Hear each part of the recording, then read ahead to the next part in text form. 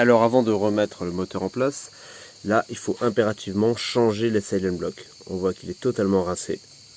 Et du côté gauche, c'est la même rengaine. Alors du coup, je vais mettre du WD-40 pour faciliter le remplacement du silent block. Alors au niveau des silent blocks, je vais en mettre des neufs. Le côté, celui qui a un isolant, donc on voit une petite bague en isolant à l'intérieur. Ça c'est côté volant magnétique, donc côté droit de la mobilette. Et celui qui est plein, qui n'a pas de bague isolant, ce sera côté variateur, côté gauche de la mobilette. Donc j'ai mis du WD-40 au préalable. Là je positionne l'outil et du coup je vais visser la vis, ce qui va faire sortir le silent block à l'intérieur. Ok, une fois que c'est bien serré, le silent block est à l'intérieur de l'outil. Je n'ai plus qu'à le dévisser, le retirer et réaliser la même opération pour l'autre côté.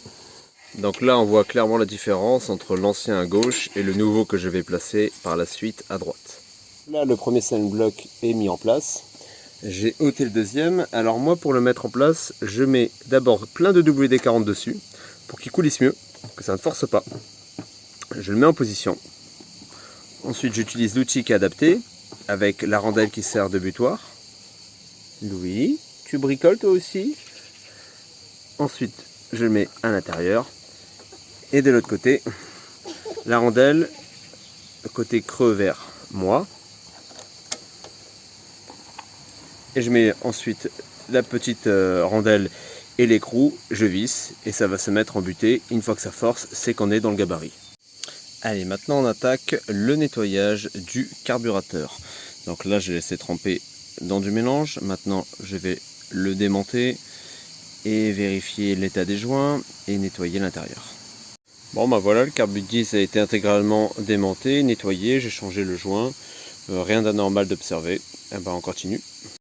Avant de remonter le moteur, j'ai commencé à un petit peu frotter la cosse de masse au papier de verre. Je vais continuer jusqu'à ce que ce soit bien propre pour qu'il y ait un meilleur contact électrique. Voilà, donc le moteur est remis sur son axe principal. Maintenant je vais faire passer les fils d'allumage. Ensuite je pourrai fixer le bas du moteur au ressort moteur avec son axe et je terminerai par la mise en place du carbut de 10. Ok, le carburateur est remis en place. Donc là, j'ai viré l'antiparasite avec les fils de tension NGK qui est en fait pas du tout adapté parce qu'il peut pas se visser. Donc j'ai mis un d'origine. J'en ai monté un d'origine. Au moins on est sûr que ça tiendra. Là, on peut tirer dessus, ça tiendra sur de longues distances. Alors que là, avec les vibrations, j'ai testé comme si ça faisait des vibrations, ça se détache direct. Vu que ça peut pas être vissé, donc c'était pas du tout viable. Donc mon collègue m'avait fourni quelques pièces dont une courroie neuve, mais malheureusement c'est une courroie Peugeot qui ne s'adapte pas sur MBK. Alors du coup j'avais une courroie qui était dans mon stock là, qui était neuve d'ailleurs, donc je l'ai mis pour que ça s'adapte. Maintenant je vais vidanger, rincer au Karcher, puis une fois que c'est bien rincé au Karcher, je vais mettre de l'acétone pour enlever toute trace d'humidité. Ensuite je vais remettre un robinet d'essence neuf, un petit filtre à carburant et je vais tenter de la refaire démarrer avec un petit peu 1 ou 2 litres. Donc là je vais vidanger le réservoir. Alors le réservoir c'est une clé de 12. Alors une petite astuce pour vidanger le réservoir, vous bouchez au dessus, ça évitera que ça fasse une prise d'air.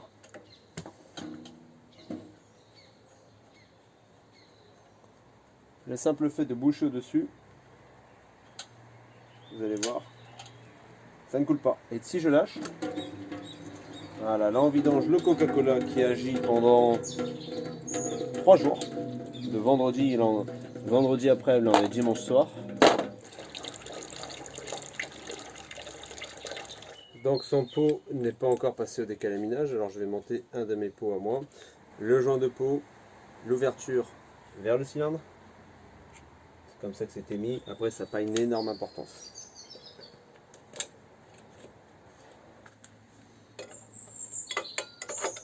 Là, je le serre rapidement. Hop.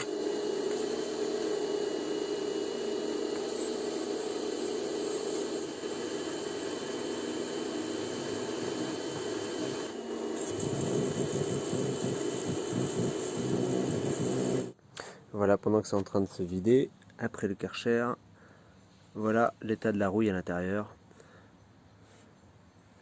Donc on voit qu'il n'y a plus de rouille. Les petits points noirs qu'on peut voir, c'est tout simplement là où la rouille a attaqué auparavant, mais en tout cas il n'y a plus de rouille. Le réservoir il est propre, prêt à mettre du carburant et à rouler. Cependant, c'est toujours mieux de rajouter un filtre à carburant. Donc là, je viens de rincer l'intérieur du réservoir avec de l'acétone.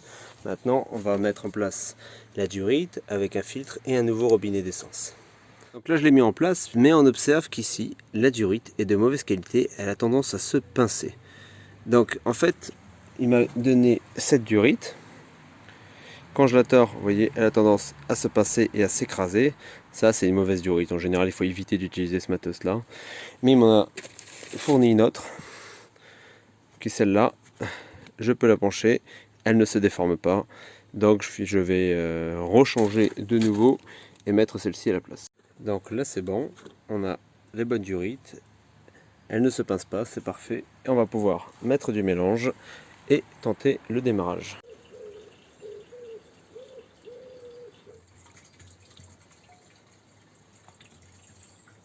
Mais avant, je vais remettre la chaîne moteur. Donc voilà, on voit qu'elle était bien dérouillée. Je l'ai nettoyée d'abord au mélange, puis après j'ai dérouillé dans du coca. Donc là, elle est parfaite. J'ai plus qu'à lui mettre un coup de WD-40, elle sera comme neuve. Donc là, la chaîne, je viens de la remettre. On va lui mettre un petit coup de WD-40. Donc je viens de tester l'allumage avec une tripotée de bougies et l'étincelle est extrêmement faible. Donc ça ne vient pas de la bougie, ça vient, comme je m'en doutais, du condensateur qui est à l'intérieur, qui est un condensateur qui est bien faiblard. Donc je vais m'en occuper, je vais mettre le condensateur artisanal de Flucky et retenter le redémarrage.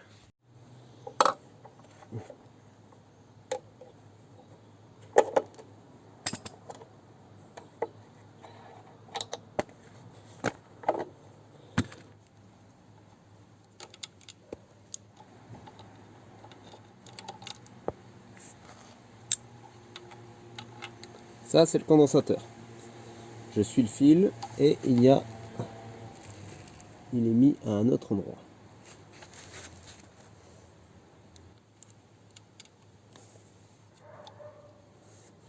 Le condensateur qui fait défaut, selon moi, le problème d'allumage vient de ça. Et voici le condensateur de Flucky que je vais installer pour le remplacement. Donc là, je suis en train de mettre l'extrémité du condensateur.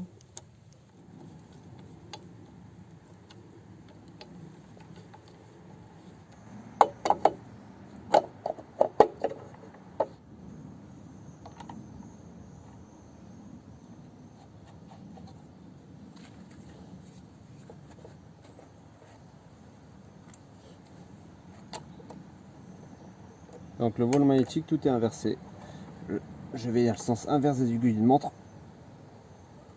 pour serrer l'écrou.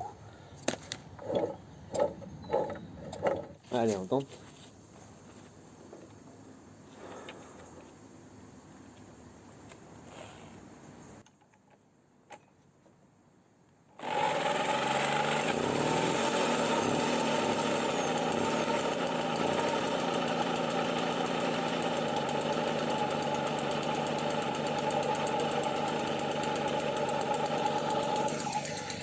Ça, c'est du premier démarrage.